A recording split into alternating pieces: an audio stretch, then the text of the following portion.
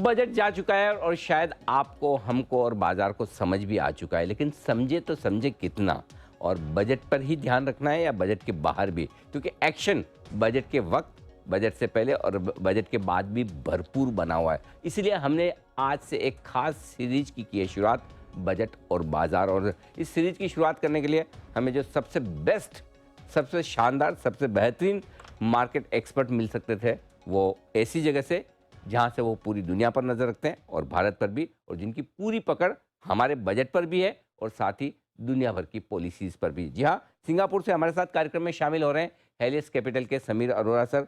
Sameer sir, बहुत बहुत स्वागत है। Good thank you. Morning. Thank you जी।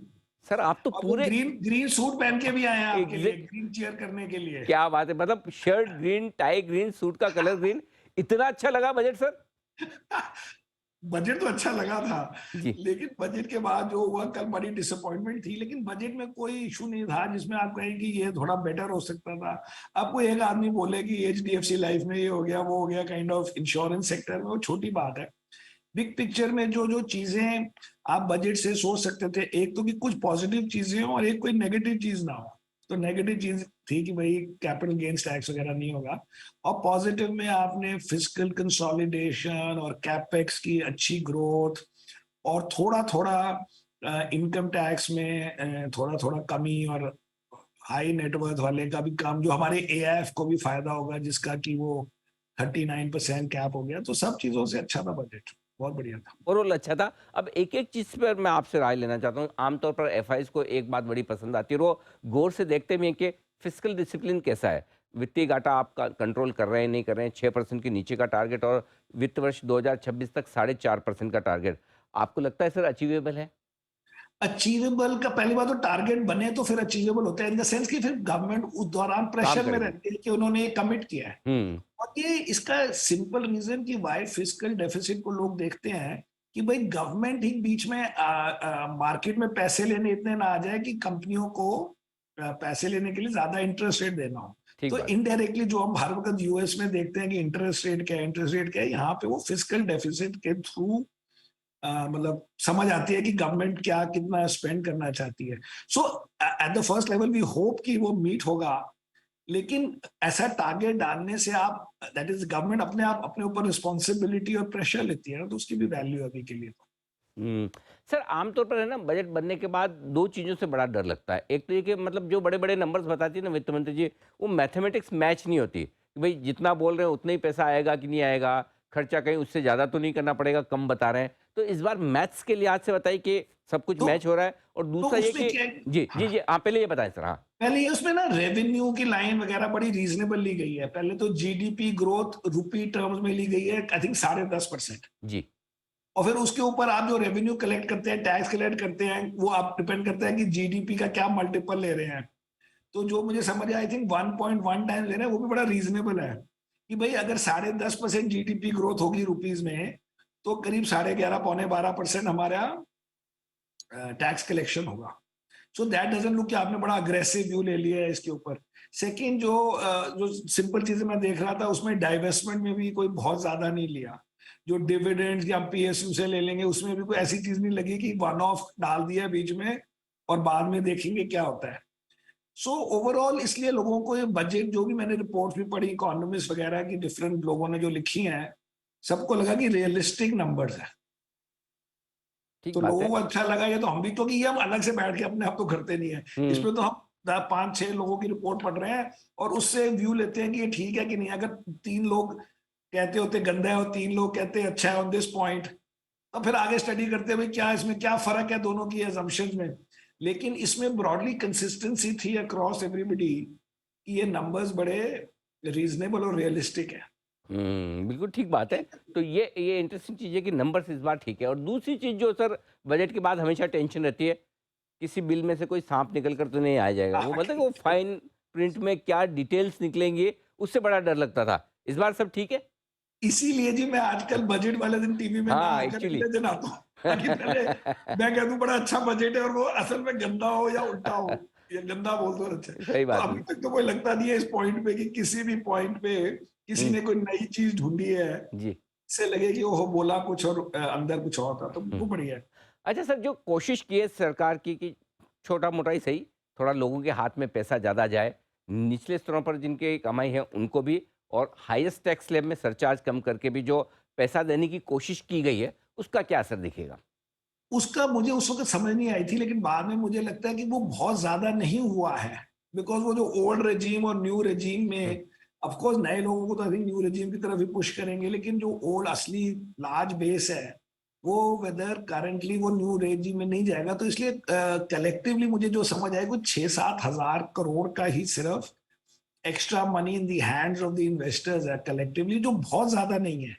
लेकिन इस साल बिकॉज ये प्री इलेक्शन ईयर है, तो इलेक्शन स्पेंडिंग जो सारी पार्टीज करेगी, और एक एक सीट पे 3-3 4-4 5-5 कैंडिडेट होते हैं, तो उनकी स्पेंडिंग जो है वो एक अलग से एक्स्ट्रा होगा जो बजट रिलेटेड नहीं है। बट बजट रिलेटेड जो कंज्यूमर के हाथ में एक्स्ट्रा पैसे आए वो इन एब्सोल्यूट बहुत ज्यादा नहीं है। हुँ, हुँ, ठीक बात है। और तो इस ठीक है फिर भी, इन हुँ, द सेंस कि अब आपका रेजीम आप ये चाहते हो कि आप एग्जेम्पशन नहीं करोगे, हुँ, आप अपने इनकम से पैसे दोगे और फिर आपने जहां इन्वेस्ट करना है, जहां सेव करना है, आप अपने आप करो काइंड ऑफ थिंग। हाँ, बट वो अभी हुआ नहीं है ना, हुँ। इन द सेंस कि लोग नए रेजीम में गए नहीं है। मतलब ये है कि सरकार का इरादा ये है कि भई हम आपको जहाँ पैसा लगाना है आप डिसाइड करो। फिर आपको आप इक्विटी में लगाना है कि फिक्स इनकम में लगाना है, कि तो म्यूचुअल फंड में लगाना में है कि इंश्योरेंस लेनी है, आप अपने आप लोग सॉर्ट ऑफ। एग्ज़ैक्टली, तो थोड़ी फ्रीडम आपको मिल रही है। अच्छा सर, एक और चीज़, सरकार की तरफ से खर्चा बढ़ने वाला है, क्योंकि कैपिटल एक्सपेंडिचर लोग सोचे थे कि शायद 9 लाख करोड़ के आस-पास आता तब भी ठीक था, बुरा नहीं। 10 लाख करोड़, मतलब इसका इम्पैक्ट इकोनॉमी पे क्या दिख सकता है? कंपनियों पे क्या दिख सकता है? तो इसका पहली बात तो ये है कि अगर आप डेफिसिट भी देखें, अगर वो डेफिसिट कैपेक्स टाइप चीजों में लग रहा है तो किसी को बुरा नहीं लगता। करेक्ट। अगर वो डेफिसिट हो गया जो हमें इंटरेस्ट ज्यादा देना है, हमने सैलरी ज्यादा दे दी है, ट्रैवल बजट ज्यादा दे दिया, व्हाटएवर, तो लगता है कि वो वेस्ट हो गया। इसमें लगता है कि आपने कम से कम कोई अच्छे एसेट्स तो बनाए, चाहे वो रोड हो या और प्रोजेक्ट्स हो। अब इसमें जो क्या प्रॉब्लम क्या है कि ओवरऑल इकोनॉमी के लिए बहुत फायदा होता है, लेकिन एक मिनट में आपको ये नहीं समझ आएगा कि कौन सी कंपनी को ज्यादा होगा। बिग पिक्चर में आप कह सकते हो कंस्ट्रक्शन कंपनीज को ज्यादा बिजनेस मिलेगा, कैपिटल गुड्स वालों को ज्यादा पैसा बिजनेस मिलेगा, because that is where the government will spend. लेकिन ये इतना आसान नहीं है। फॉर एग्जाम्पल इतने दिनों से हम सब सोच रहे थे कि जैसे कि government will spend on defence, अब डिफेंस का बड़ा कम नंबर आया 8%। तो कहने का मतलब है कि कई चीजें बिग पिक्चर में अच्छा है, तो यहाँ खर्चे वहां खर्चे, बट उसका वन टू वन कौन सा स्टॉक ले लिया जाए उसमें हम ज्यादा नहीं कनेक्ट करते। ओके, ठीक बात है। लेकिन हाँ, कैपिटल एक्सपेंडिचर जो बड़ा किया है, सर जो एक इंडिया को एक अल्टरनेट के तौर पर देख रहे हैं कि हम चाइना के अल्टरनेट के तौर पर मैन्युफैक्चरिंग में आगे बढ़ सकते हैं, पीएलआई स्कीम्स, करेक्ट। आत्मनिर्भर भारत, उस लिहाज से क्या आपको लगता है कि प्राइवेट सेक्टर इन्वेस्टमेंट बढ़ेगा और सरकार की तरफ से भी जो पैसा आने वाला है कैपेक्स के तौर पर, उससे फ़ायदा मिलेगा क्या सर? नहीं मिलेगा, लेकिन क्या हुआ है कि जो असेंबली टाइप बिजनेस जो अभी अभी राउंड में चाइना के जो compete करने के लिए जो बिजनेस आ रहे हैं, इवन पीएलआई में, और वो बड़े छोटी इन्वेस्टमेंट के हैं। मुझे लगता है उसका ज्यादा फायदा नौकरियों में है कि भाई विमेन को नौकरी मिलेंगी, असेंबली जॉब्स मिलेंगी, फैक्ट्री में जॉब मिलेंगी। उसमें इन्वेस्टमेंट अगर आप देखें, ये जो जो लिस्टेड कंपनियां हैं जिनको पीएलआई जिनका हम ट्रैक करते हैं, उनकी इन्वेस्टमेंट अभी भी 400-500 करोड़, 600 करोड़, 200 करोड़ होती है। सो बिग प्रोजेक्ट्स बिग, उसके लिए अभी आई थिंक टाइम लग रहा है, वो इतना नहीं हुआ है। सो इसलिए capex and all is good, but मुझे लगता है चाइना प्लस वन का मेन फायदा जो है वो है कि more people will be able to get jobs, जिसमें आपको 20-25 हजार रुपए महीने के मिल रहे हैं, जो अभी वो जॉब्स क्रिएट नहीं हो रही थी। फिर ओवर टाइम वो और इन्वेस्टमेंट करेंगे तो ये एक्चुअल, बट वो कई इन्वेस्टमेंट अब्रॉड से पैसे आएंगे, अब्रॉड से इक्विपमेंट आएगा, जरूरी नहीं कि हर चीज इंडिया के कंपनी को। इसलिए मैं फिर से बोल रहा हूँ, कई चीजों का इंडिया को बहुत फायदा है, जॉब्स को बहुत फायदा है, एम्प्लॉयमेंट को बहुत फायदा है। हर चीज का मैं ये नहीं ढूंढता कि मेरे कौन सा स्टॉक खरीद लूं इस चीज के लिए। बात है। यही एक बड़ी इनसाइट और मैच्योरिटी होती है कि हर चीज़ को आप स्टॉक के साथ ना जोड़ें, जहाँ करेक्ट। है वहीं है। अच्छा सर, एक चीज़ और है, म्यूचुअल फंड्स के लिए आज से जानना चाहता हूँ, म्यूचुअल फंड्स की मतलब इन्वेस्टर्स के लिए नहीं, कंपनियों के लिए इस बजट में क्या कुछ अच्छा नज़र आ रहा है आपको? जी, मैंने म्यूचुअल फंड बनने की हमारी एक तमन्ना है, लेकिन हमने इतनी एनालिसिस की नहीं, मैं तो ख्याल भी नहीं आया। अच्छा। तो कुछ था आपके हिसाब से, था कुछ म्यूचुअल फंड के लिए? हाँ, बेसिकली ये कि एक तो ये कि जो वो मार्केट लिंक डिबेंचर जो प्राइवेट हाँ, हाँ, वेल्थ वाले हाँ। बेचते बट थे वो ना। मार्केट लिंक्ड, या बट वो मार्केट लिंक्ड डिबेंचर जो है वो एनबीएफसीज वगैरह यूज़ हाँ, करते हाँ, हैं, हाँ। पैसे रेज़ करने के लिए। ये हुँ। तो प्राइवेट बैंक टाइप, जो जी। मतलब प्राइवेट वो कर तो रहे वो हैं, क्या वेल्थ बैंक। वो सर वो है ना कैप ऐसे प्रोडक्ट बनाते थे कि उसको इक्विटी प्रोडक्ट की तरह बेचते थे। या फिर उनको उसपे लो कैपिटल गेन मिल जाए। हाँ, लॉन्ग टर्म 10% ही लगता था। उसका म्यूचुअल फंड में, मैं तो इक्विटी वाला हूँ, मुझे उसका कोई, हाँ, तो मैंने अब वो रिलेट नहीं इक्विटी किया में उससे। पैसा आने के या डेट में पैसा आने के चांसेस शायद बढ़ सकते हैं दोनों, उस लिहाज से मैं पूछ रहा हो था कि सकता है, मैं हाँ, अच्छा वो नहीं है। चलिए कोई बात नहीं। अच्छा, एक और चीज़ जो इंश्योरेंस सेक्टर को लेकर थोड़ा घमासान मचा है, लोग बड़े निराश हैं। क्या वाक़ई में इतना नेगेटिव है या थोड़ा ओवर रिएक्शन है सर? नहीं, वो क्या है कि अलग-अलग कंपनियों का अलग मिक्स है कि वो हुँ, गारंटीड रिटर्न वाले कितने बेचते हैं और यूलिप के कितने बेचते हैं। हुँ, तो उसमें नुकसान तो हुआ है, और अब वो जैसे स्टॉक्स ब्रॉडली गिरे 9-10%। अब हो सकता है किसी को 6 गिरना चाहिए था, किसी को 12, बट ब्रॉडली हमारे पास एक स्टॉक था, हम भी उसको बेच रहे हैं। हाँ? बेच क्योंकि रहे हैं? 10% डाउन के तो बड़े स्टॉक्स हैं आजकल खरीदने के लिए। चलिए बढ़िया है। अच्छा, एक और चीज़ जो सर बजट में जो समझा जा रहा है कि कंजम्पशन वाली स्पेस को थोड़ा बूस्ट मिल सकता है। हालाँकि रूरल कंजम्पशन के लिहाज से कोई ऐसी विशेष स्कीम्स नहीं आई, जो लोग सोचते थे भई कि पॉपुलिस्ट बजट हो सकता है इलेक्शन का पहले। तो रूरल कंजम्पशन बढ़ेगा, नहीं बढ़ेगा, न्यूट्रल है, कैसे देख रहे हैं आप? नहीं, वैसे तो इसका मतलब है कि उसका जो मार्जिन पे तो नेगेटिव ही हुआ ना, कि रूरल को आई थिंक 2-3% की ही वो थी ग्रोथ। और जो इनकम टैक्स बचा है वो तो मिडिल क्लास और अर्बन पॉपुलेशन के लिए बचा है। तो ऑन द मार्जिन वैसे भी हमारे पास ना रूरल इकोनॉमी वाले कंजम्पशन स्टॉक्स का मतलब हुआ कंज्यूमर स्टेपल टाइप कंपनीज। ठीक बात है। उसमें हम तो वैसे भी वो नहीं लेते थे, इसलिए मैंने उसपे ज्यादा ओवर वरी भी नहीं किया और एनालाइज भी नहीं किया। बिकॉज हम कहते हैं, हम तो वैसे भी चाहते हैं 0 to 30 करोड़ पॉपुलेशन वाले लोगों की जो कंजम्पशन हैबिट्स होती है, उसके लिए हमें प्रोडक्ट चाहिए, ओके। उस मार्केट में हमें इंटरेस्ट होता है। हुँ, क्योंकि हमारा ये आइडिया है कि 30 करोड़ लोग, या मिडिल क्लास कह लें या अर्बन कह लें, इन लोगों की consumption is somewhat can be compared कि इंडोनेशिया में क्या हो रहा है, थाईलैंड में क्या हो रहा है, मलेशिया में क्या हो रहा है। अगर आप 1.2 या 1.4 बिलियन लोगों से लोगों, तो हर चीज में लगता है कि इंडिया में बहुत ही लो पेनिट्रेशन है। हुँ, लेकिन वो लो पेनिट्रेशन कन्वर्ट होने में सालों साल निकल जाते हैं। तो हुँ, as a stock market choices में हम मिडिल क्लास से डिवाइड करते हैं हुँ, इफेक्टिवली, कि 300 लोगों के 300 मिलियन 400 मिलियन लोगों के डिवाइड करने से हुँ, ये पेनिट्रेशन हाई है कि लो है कि ठीक है, हुँ। उसमें हम अंडर पेनिट्रेशन है।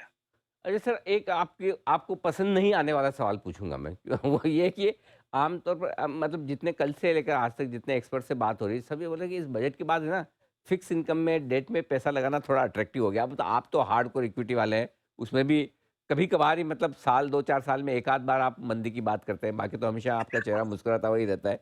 तो अब क्या वाक़ई में आप ये सोचते हैं कि 8-9% का डेट में अच्छा-सा रिटर्न आ जाए, बुरा नहीं है इक्विटी में इतनी रिस्क ऊपर-नीचे देके? मैं तो नहीं सोचूंगा, क्योंकि मैं डॉलर इन्वेस्टर हूँ। जी। मुझे लगता है कि 4% मेरे करेंसी में चले जाएंगे। हुँ, बट अभी कई बॉन्ड्स हैं हमारी अच्छी अच्छी इंडियन कंपनीज के, हुँ, जिसमें आपको एक साल में 25% भी मिल सकते हैं।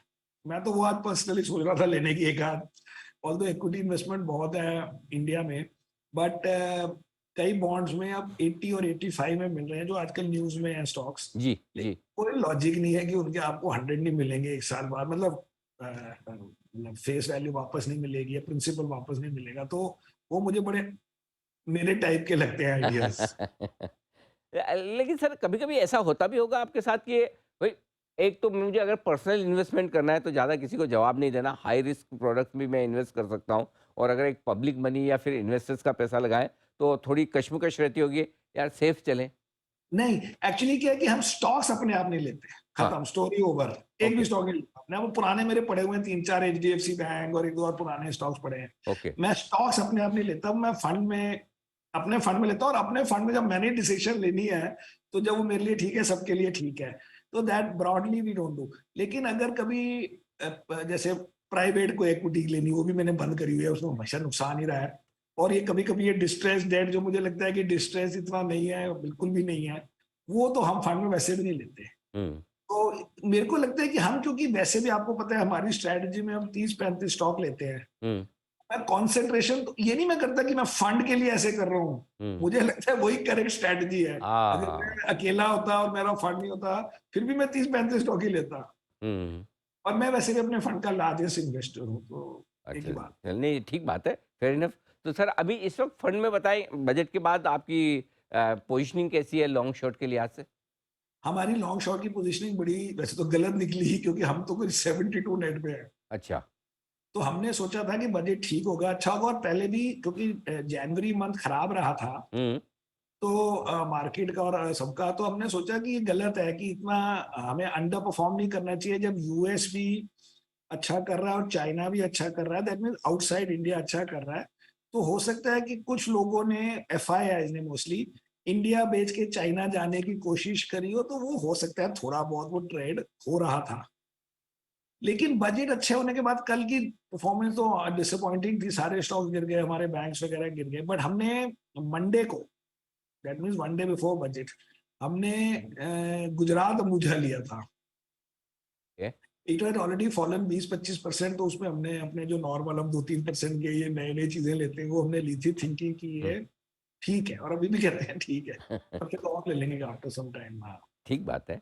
अच्छा सर, क्योंकि बजट के बाद सबसे चर्चा का विषय तो यही बना है कि अच्छा बजट एक वेस्ट हो गया, नहीं तो शायद इस बजट पर तो 18,000, आज शायद हम मुझे 18,200 लग, 18,500 पे बात कर रहे होते, राइट? और मुझे लगता है वेस्ट नहीं हुआ, बस यहाँ 2-4 दिन निकल गए, ये मुझे इतना बुरा नहीं लगता। इवन मार्केट सेटअप हाँ। कि अब ये बिल्कुल ही लूप में चले गए, मुझे नहीं लगता। वो तो आज मार्केट को देख के भी आपको लग रहा होगा कि कोई अब कश्मकश फाइनल राउंड में है। हाँ सर, इट्स लग तो नॉट कि वन वे नहीं जा रहा अब। हाँ, ये बात सही है कि आज थोड़ा रुक के चल रहा है, लेकिन या मतलब ये कॉन्फिडेंस आ रहा है कि क्लाइमेक्स आस-पास ही है। बिकॉज मुझे लगता ही नहीं कि कोई स्टॉक मार्केट, क्या हुआ ये जो अडानी ग्रुप वगैरह के स्टॉक्स में ना, कोई स्टॉक मार्केट में कह सकता है कि ये ज्यादा वैल्यू हो गई, ये 100 पी हो गया, ये 50 पी हो गया, चलो ठीक है वो आप करेक्ट कर लो अगर आपको 2-4 स्टॉक करेक्ट करने हैं। बट मुझे ये बातें समझ नहीं आ रही है कि वो डेट में ये हो गया वो हो गया, क्योंकि हमने उनका सारा कैश फ्लो तो अपने आप ही प्रेजेंट करते हैं, वो अपना प्लेज कितने शेयर है वो प्रेजेंट करते हैं, वो सब चीजें पब्लिक है। उसमें कोई ऐसा इशू लगता ही नहीं मुझे कि इतना क्यों पैनिक कर रहे हैं। बट ये पैनिक क्या होता है, इसलिए मैं फॉरेन इन्वेस्टर में आ गया चला गया, वो मुझे एक दिन के एनालिसिस में मैं उनसे इंप्रेस नहीं होता। पहले हुँ, मैं भी होता था, मैं तो फॉरेन इन्वेस्टर ही हूँ, आप भी। बट हुँ, कई तो ऐसे इनएक्सपीरियंस लोग हैं, वो नाम देख के बेचना शुरू कर देते हैं चीजों को, ऐसे थोड़ा काम होते हैं लाइफ में। ठीक बात है। अब 2008 में मेरे पास आईसीआई, पर्सनली आईसीआईसी के बॉन्ड थे, हुँ, वो 60 टू द डॉलर हो गए थे। हुँ, मतलब ₹100 की चीज है, $100 की चीज $60। मैं कहा बताओ आईसीआईसी बंद हो गया क्या? सो द पॉइंट इज, इतना ओवर कर देते हैं ये, वो ऐसे होता है क्योंकि सारे जो एनआरआई टाइप क्राउड होता है, वो अ, अगर 6-7% आईसीआईसीआई दे रहा है, तो 6-7 को मजा नहीं आता, उसको 3-4 बार लेवर करते हैं। तो अच्छा वो अगर थोड़ा सा भी मूव होता है पैनिक कर लेते हैं सारे उनके बैंकर और उनके जो भी होते हैं। तो हुँ, ये सब चीजें अगर नॉर्मल तरीके से देखी जाए, ये क्या हो गया, इतना क्या हो गया? हुँ, मुझे नहीं लगता कि किसी बैंक को ₹1 का नुकसान होना है। ओके। सर अब 2 चीज़ों को मिलाकर पूछूँगा, एक तो बजट और दूसरा बाज़ार की गिरावट। इन दोनों को देखने के बाद कई सारे स्टॉक आपके तो मुँह में पानी आने जैसे हो गए होंगे, राइट? तो ये बताएँ सर, पैसा कहाँ लगाना है? क्या अच्छा दिखता है आपको?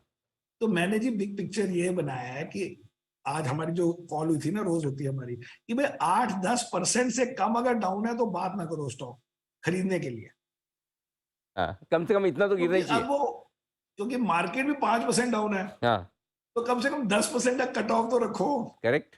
तो हमारे पास भी है 2-3 स्टॉक उनमें से, उसी में थोड़ा थोड़ा भी ऐड कर रहे थे कि भाई इसी में आधा आधा परसेंट सब में डाल दो, 3-4% अगर और डालना है। बट दोस्तों का सिंपल रूल है, आप उसमें देखो कि वो 10% डाउन किस रीजन के लिए हुआ है। अगर तो आपको लगता है बड़ा स्पेसिफिक इवेंट, अलग बात है। मुझे लगता है कि ये सब अननेसेसरी, नॉट अननेसेसरी में be a wrong word, hmm, but अब ओवर भी हो जाती है कई चीजें, वो 1-2 दिन एक्स्ट्रा चलती हैं, फिर ठीक हो जाती है लाइफ। हम इसलिए मैं कहता हूँ आप पब्लिक को कि जरा सोचो कि 25 साल से हम ऐसी वॉलेटिलिटी देखते आए हैं, करेक्ट। बताओ कौन से इश्यूज नहीं देखे। सारे देख लिए, उसके बाद भी हंसे जा रहे हैं और मूवीज देखते हैं रात को बैठकर, सोते हैं 10 बजे। सो हाँ। दैट इज दी, इसलिए कोई टेंशन ओवर नहीं है, थोड़ी बहुत तो सबको होनी चाहिए, बट कुछ सर नहीं है। सर आप 25 साल से, मैं भी 25 से 30 साल से हाँ, मेरी 25 ज्यादा है। आप जैसे बहुत सारे मार्केट एक्सपर्ट से बात करता हूँ, इंटरव्यू लेता हूँ सुबह शाम दिन रात।